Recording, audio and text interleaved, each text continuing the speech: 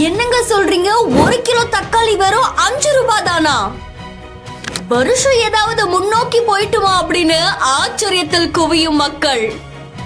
பொதுமக்களை ஆச்சரியத்தில் ஆழ்த்திய காய்கனி கடை உரிமையாளர். நம்ம கம்மி ரேட்ல கொடுக்கணுங்கிறதுனால கொடுத்துட்டு இருக்கோம். நமக்கு இதான் தொழில் தெரியும், காய் வந்து அதனால இதை வச்சு நம்மளும் இதை சம்பாதிச்சா வெளிகளுக்கு எல்லாத்துக்கும் கம்மியா கொடுக்கலாங்கிறதுனால கம்மியா கொடுத்துட்டு இருக்கோம். சென்னை அடுத்து இருக்கக்கூடிய சித்தாலப்பாக்கம் TNHP குடியிருப்பு பகுதியில காய்கனி கடை ஒண்ணு துவங்கப்பட்டிருக்கு. இந்த கடையில மக்கள் 5 ரூபாய்க்கு 1 கிலோ தக்காளியை வாங்கிட்டு போறாங்களாமா.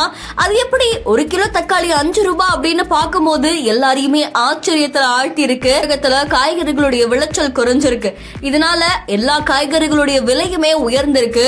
பீன்ஸ், தக்காளி இந்த மாதிரி நிறைய காய்கறிகளுடைய விலை ஏறி போனதால ஒரு பக்கம் ஏழை எளியவங்களுக்கும் இன்னொரு பக்கம் நடுத்தர மக்களுக்குமே அது கடுமையான பாதிப்பை ஏற்படுத்தி இருக்கு.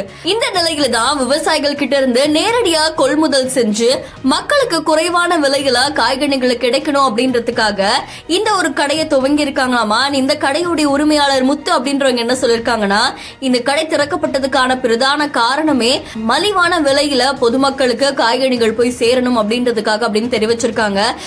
பல பேர்கிட்டையும் வரவேற்பு பெற்றிருக்கு. இந்த காட்சிகள் இப்போ சமூக வலைத்தளங்கள்ல வைரலா பரவிட்டு இருக்கு. இந்த செய்தி தொடர்பான உங்களுடைய கருத்துக்களை கமெண்ட்ல சொல்லுங்க. மேலும் செய்திகளுக்கு பிஹைண்ட் ஃபாலோ பண்ணிக்கோங்க.